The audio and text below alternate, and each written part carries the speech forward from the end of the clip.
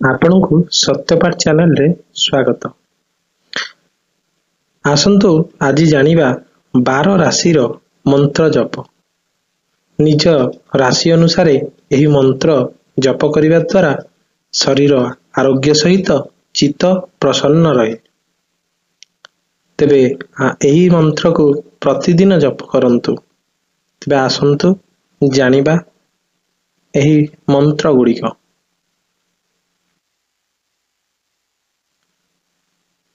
ପ୍ରଥମେ ହେଉଛି ମେଷ ରାଶି। ମେଷ ରାଶିର ମନ୍ତ୍ରଟି ହେଲା ଓମ୍ ହ୍ଲିଂ ଶ୍ରୀଂ ଲକ୍ଷ୍ମୀ ନାରାୟଣାୟ ନମଃ। ଓମ୍ ହ୍ଲିଂ ଶ୍ରୀଂ ଲକ୍ଷ୍ମୀ ନାରାୟଣାୟ ନମଃ।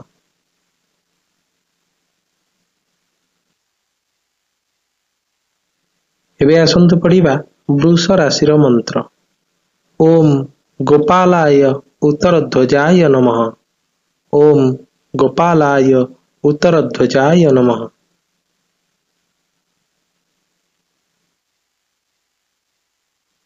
ଏବେ ଆସନ୍ତୁ ପଢ଼ିବା ମିଥୁନ ରାଶିର ମନ୍ତ୍ର। ଓମ୍ କ୍ଲିଂ କୃଷ୍ଣାୟ ନମଃ। ଓମ୍ କ୍ଲିଂ କୃଷ୍ଣାୟ ନମଃ।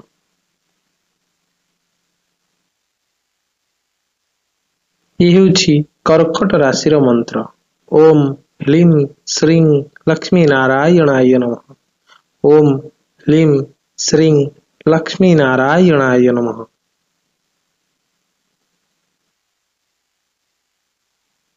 ସିଂହ ରାଶିର ମନ୍ତ୍ର। ଓମ୍ କ୍ଲିଂ ବ୍ରହ୍ମଣେ ଜଗଦାଧାରାୟ ନମଃ। ଓମ୍ କ୍ଲିଂ ବ୍ରହ୍ମଣେ ଜଗଦାଧାରାୟ ନମଃ। ଏ ହେଉଛି କନ୍ୟା ରାଶିର ମନ୍ତ୍ର। ଓମ୍ ନମୋ ପ୍ରିଂ ପୀତାମ୍ବରାୟ ନମଃ। ଓମ୍ ନମୋ ପ୍ରିଂ ପୀତାମ୍ବରାୟ ନମଃ। ଏ ହେଉଛି ତୁଳା ରାଶିର ମନ୍ତ୍ର। ଓମ୍ ତତ୍ତ୍ୱ ନିରଞ୍ଜନାୟ ତାରକ ରାମାୟ ନମଃ। ଓମ୍ ତତ୍ତ୍ୱ ନିରଞ୍ଜନାୟ ତାରକ ରାମାୟ ନମଃ। ହେଉଛି ବିଷା ରାଶିର ମନ୍ତ୍ର। ଓମ୍ ନାରାୟଣାୟ ଶୂରସିଂହାୟ ନମଃ। ଓମ୍ ନାରାୟଣାୟ ଶୂରସିଂହାୟ ନମଃ। ଏ ହେଉଛି ଧନୁ ରାଶିର ମନ୍ତ୍ର। ଓମ୍ ଶ୍ରୀଂ ଦେବକୃଷ୍ଣାୟ ଊର୍ଧ୍ୱସନ୍ତାୟ ନମଃ। ଓମ୍ ଶ୍ରୀଂ ଦେବକୃଷ୍ଣାୟ ଊର୍ଧ୍ୱସନ୍ତାୟ ନମଃ।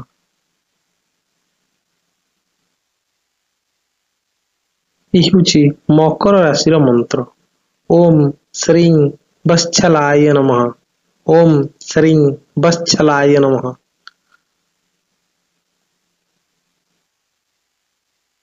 ଏ ହେଉଛି କୁମ୍ଭ ରାଶିର ମନ୍ତ୍ର।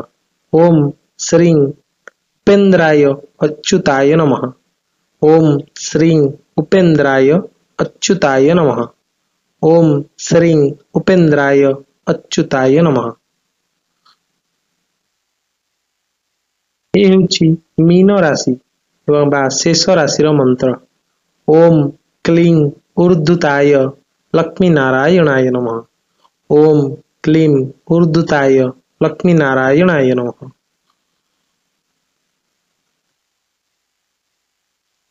ନମସ୍କାର ଦର୍ଶକ ବନ୍ଧୁ, ଆପଣଙ୍କୁ ଏହି ମନ୍ତ୍ର ଗୁଡ଼ିକ ଆଜି ଆମେ ଯେଉଁ ପାଠ କଲେ ଆପଣ ଏହାକୁ ନିଜ ରାଶି ଅନୁସାରେ ପ୍ରତ୍ୟେକ ଦିନ ପାଠ କରନ୍ତୁ। ଆପଣଙ୍କର ଯଦି ଜାତକ ଦ୍ୱାରା ନିର୍ଦ୍ଧାରିତ ରାଶି ଅଛି ତେବେ ଆପଣ ନିଜ ରାଶି ଅନୁସାରେ ଏହି ମନ୍ତ୍ରକୁ ଜପ କରନ୍ତୁ।